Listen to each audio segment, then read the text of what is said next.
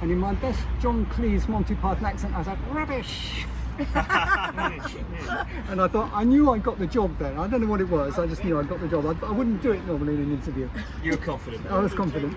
So I had a degree in electronics, and they wanted me to write some 6800 microprocessor code. It's an 8-bit processor. We had, I think, the second MICBug 6800 in the country.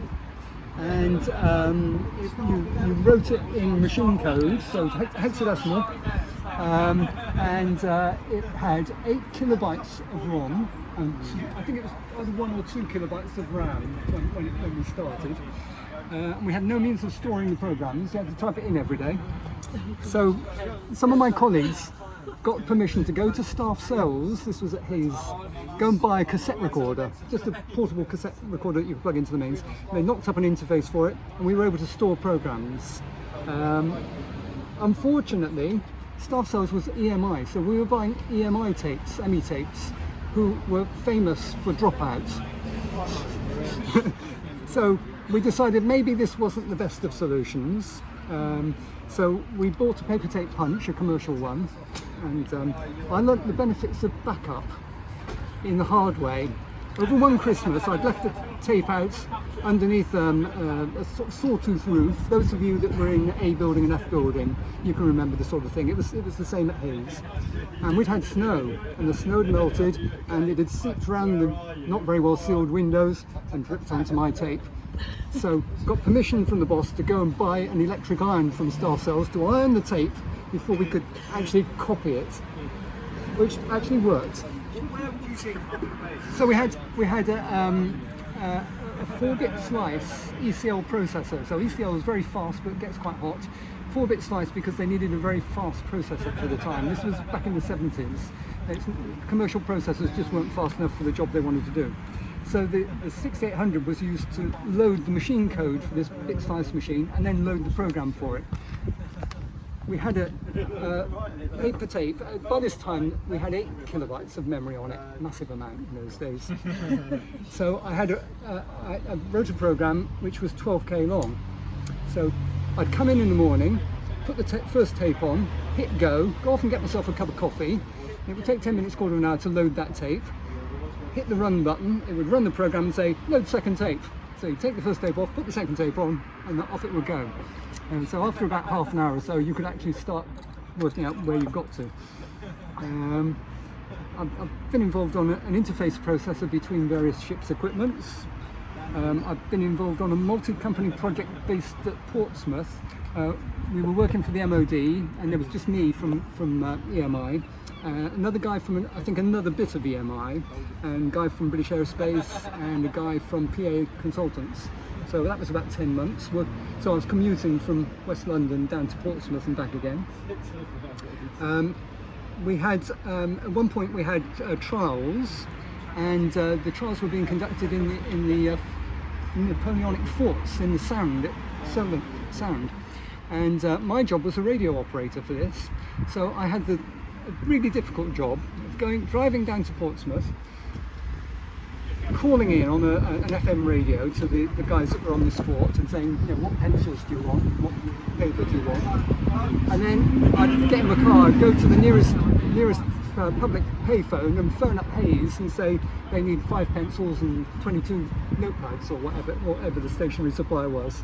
And then I'd go back down and wait for any other calls. In the meantime, I'd be sunbathing on the top of the roof of this 2-story porter cabin, just waiting for either somebody to call, because there were no phones. You know, it was just the FM radio from the fort.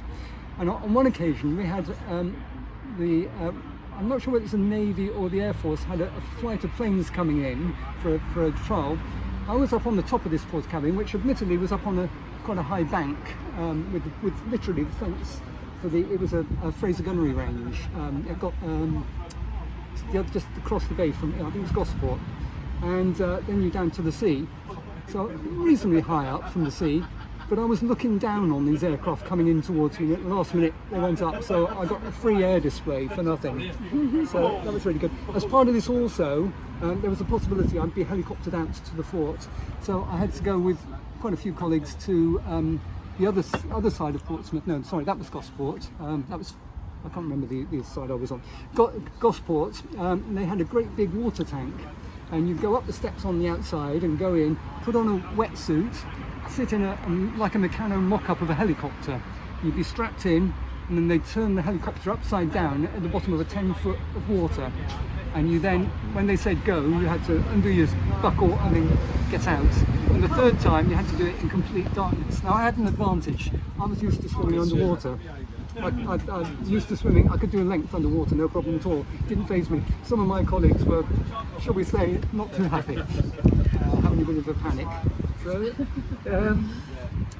then I moved back onto VAX management, still at Hayes at this time. So that's when I sort of picked up the VAXes and looking after them.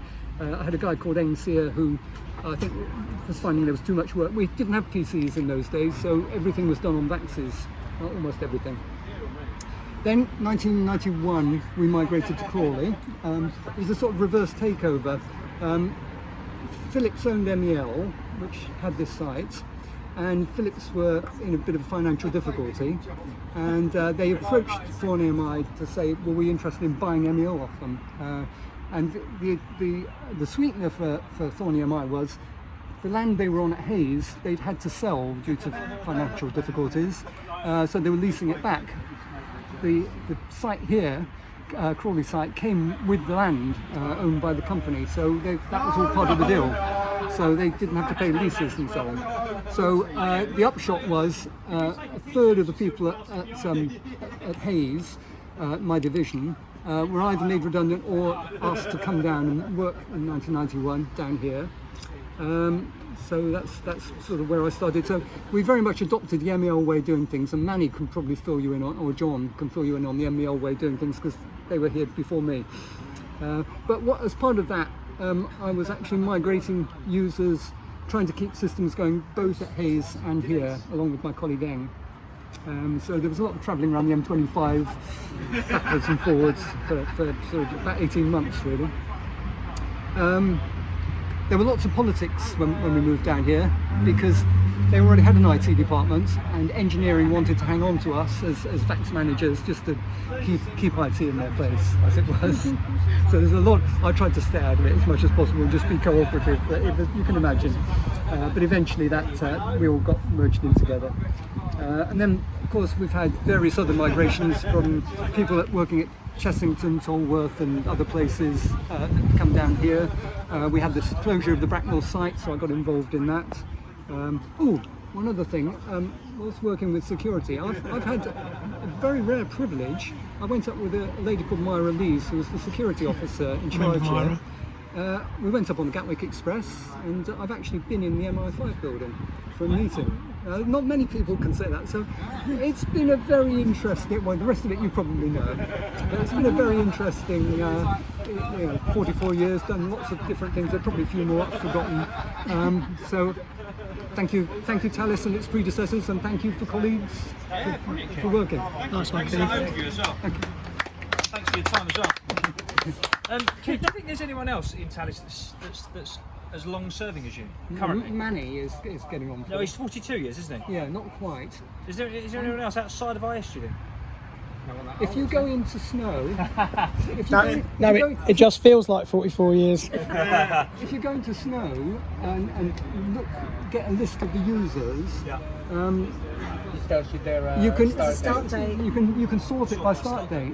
You can find it that way. I did do it about a year, 2 I years was ago. thinking about it over the last couple of days. I don't think there is anyone as long serving in IS. On this site, possibly not. In the whole of IS. Or in IS, I don't Around know. the UK. I don't know. There will be some. Steve Ryan? Maybe. Pete Holder. So how old were you when you came in at They left 76? a little while ago, didn't they? Chris Schumark, he'd been here a long time. Yeah, wasn't not as long Not as as long. I joined when I was just 21. Just 21. Yeah. Yeah, so there could be people that have joined at 16, 17. Yes, I mean Manny joined. Manny joined as a younger than graduate, me. didn't he? Yeah. I'll look into that and I'll find out. Yeah.